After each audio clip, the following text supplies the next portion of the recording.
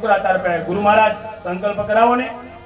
ગુરુ મહારાજ તો રિહાણા છે, કહે છે નહીં હું સંકલ્પ ન કરાવું, તું મારી વાત માનતો નથી, જા તારે કરવું તો કર, મને નહીં કહેતો. બલિરાજ આવ્યા પાછા વામન પાસે.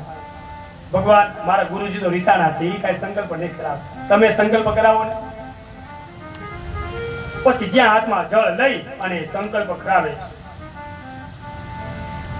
સંકલ્પ કરી અને જ્યાં જળ મૂકવું ત્યાં ભગવાને 3 ડગલા પૃથ્વી, પેલું ડગલું માંડ્યું ને ત્યાં આખી પૃથ્વી આવી ગઈ, બીજું ડગલું માંડ્યું ત્યાં આખું બ્રહ્મલોક આવી ગયું.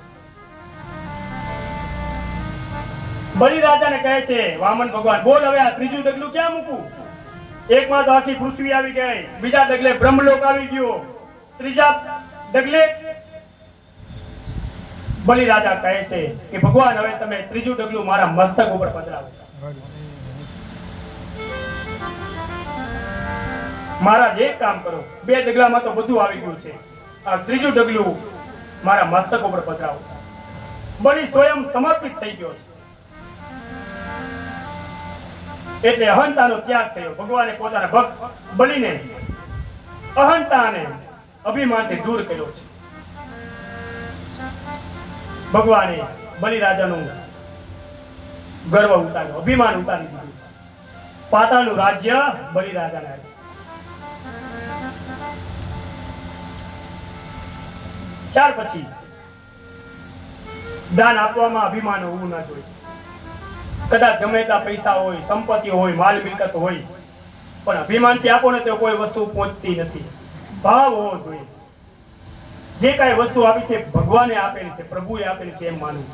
ત્યારે એમ ના કહેવું કે આ ભગવાને નથી આપ્યું, આ તો મેં મહેનત કરી છે લાવ્યું છે. અરે ભગવાને લેતા વાર નો લાગે અને દેતા વાર નો લાગે. ઘડીના 6થા ભાગમાં ભગવાન લઈ લે, અને જેને ન હોય ને ભગવાન 6ના ભાગમાં આપી દે. ભગવાન ઘડીના 6થા ભાગમાં આપી દે. કરોડપતિ હોય ને એને કરોડપતિ બનાવી દે, અને કરોડપતિ હોય ને રોડપતિ બનાવતા વાર લાગે. એટલે અભિમાન ક્યારે રાખવું? મન્વંતરોની કથા કઈ આ વિરામ આપે 8મા અધ્યાય અને 9મા સ્કંદમાં આપણને લઈ જાય. કાયેન વાચા મનસેન્દ્રિયર્વા બુદ્ધ્યાત્મના વા પ્રકૃતિ સ્વભાવા કરોમિ યજ્ઞ સકલં પરસ્મે નારાયણાયેતિ સમર્પયામિ. નારાયણાયેતિ સમર્પયામિ. 8મો સ્કંદ ભગવાનના ચરણમાં અર્પણ. 9મો સ્કંદ ઈશાનું કથા. ઈશાનું કથા